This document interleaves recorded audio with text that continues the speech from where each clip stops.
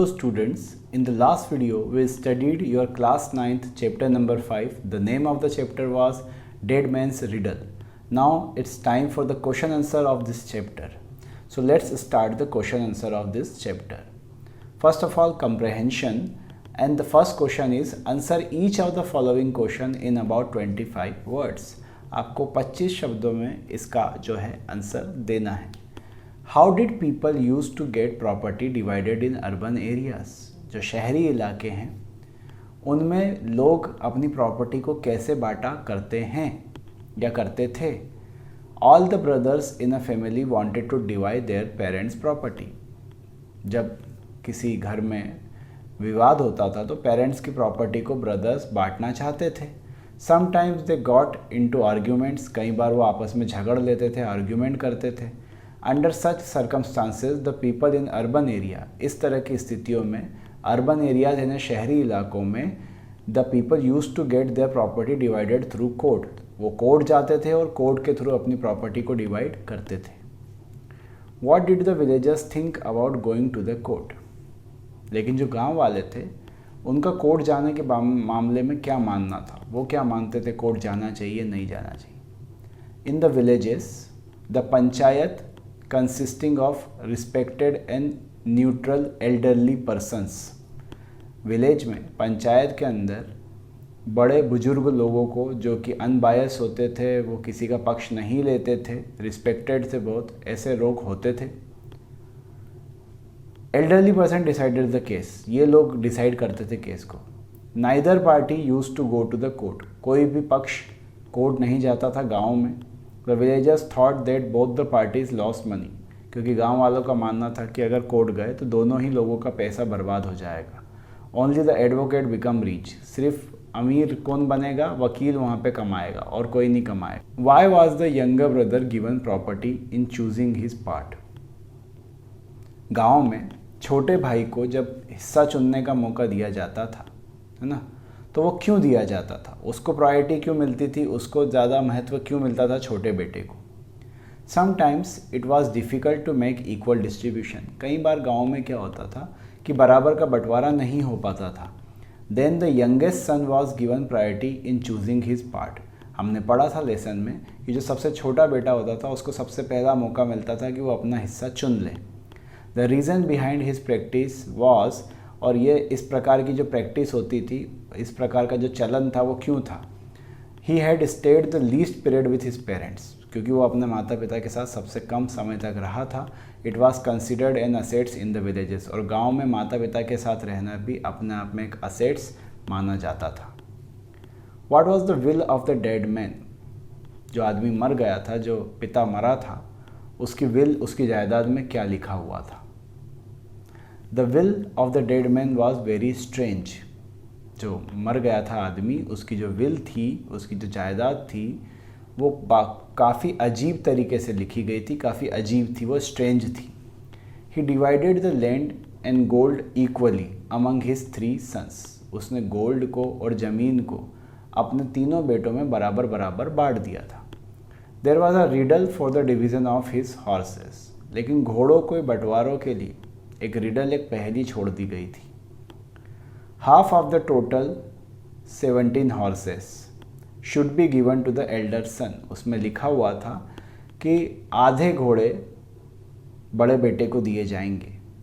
Out of the remaining half, जो बच गए हैं आधे, उसका 2/3 should be given to the second son. दूसरे बेटे को मिलेगा.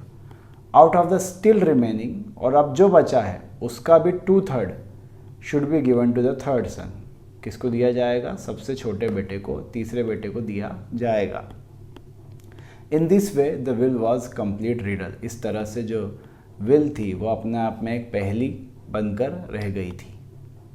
So it was all about your small questions. ये छोटे क्वेश्चंस थे जो हमको लो मार्क्स में पूछे जाएंगे. Now it's time for 50 words questions. How did Somnath divide the property. In the lesson हमने पढ़ा था कि सोमनाथ ने कैसे बहुत ही बुद्धिमानी से प्रॉपर्टी को बांट दिया था, घोड़ों को बांट दिया था. Somnath used his experience in dividing the property. Somnath ने अपने एक्सपीरियंस का यूज़ किया प्रॉपर्टी को डिवाइड करने में। He made his own horses he made his own horse stand along with his dead friends 17 horses. उसने अपने घोड़े को अपने मरे हुए दोस्त के 17 घोड़ों के साथ खड़ा कर दिया। ही गेव 9 हॉर्सेस, जो कि 18 का आधा होता है, टू एल्डर सन। उसने 9 घोड़े, है ना, बड़े बेटे को दे दिए। He gave 6 horses to the second sun.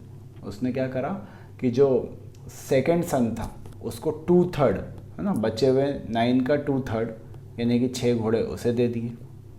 He gave 2 horses, क्योंकि आखिरी में 3 बचे थे, उसका 2/3 सबसे छोटे बेटे को, यंग सन को दे दिया गया। He gave them 17 horses and took his own horse. उन्होंने 17 घोड़ों को बांट भी दिया और अपना घोड़ा भी वापस ले लिया। इन दिस वे, इस तरीके से, ही डिवाइडेड द प्रॉपर्टी, उसने प्रॉपर्टी को बांट दिया। All the 3 sons happily agreed to the division. और तीनों जो लड़के थे वो बिल्कुल खुशी खुशी इस डिवीज़न को स्वीकार कर गए थे, मान गए थे। अगला जो क्वेश्चन है वो कहता है experience is the best teacher in life, why. जो अनुभव होता है वो ज़िंदगी में सबसे बड़ा अध्यापक शिक्षक होता है, कैसे और क्यों। Man has made great achievements from his primitive age to this days glorious civilization. आदमी ने बहुत ग्रेट अचीवमेंट्स लिए हैं।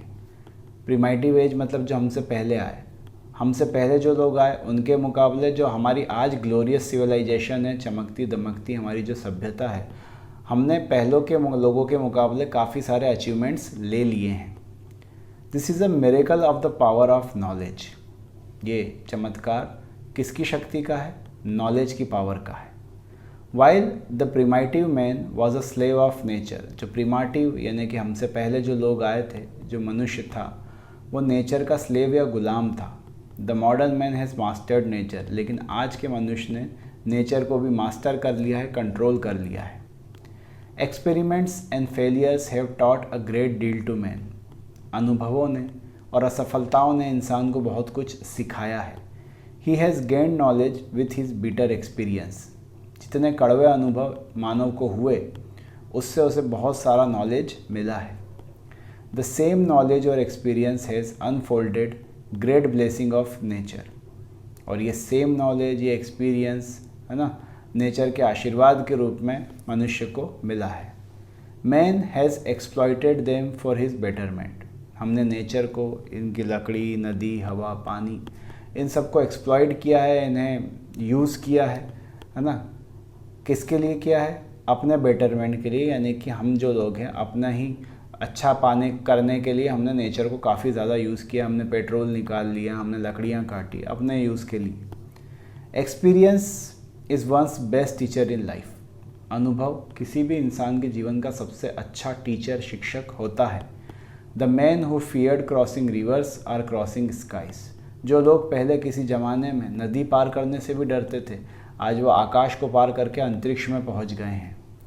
Experience is also a great power. Experience क्या होता है? एक ग्रेट पावर, एक बहुत बड़ी ताकत, एक बहुत बड़ी शक्ति होता है।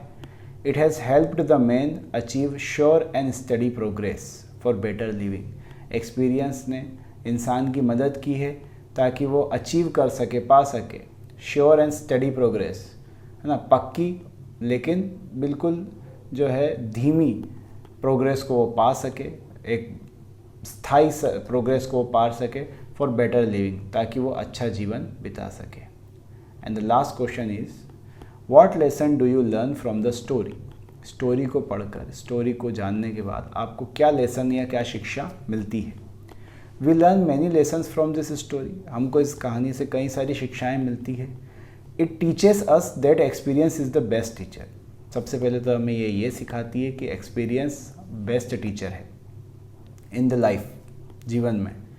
Practical knowledge comes from interaction with many people. इंसान को जो प्रैक्टिकल नॉलेज है वो कई लोगों से मिलने के बाद आता है।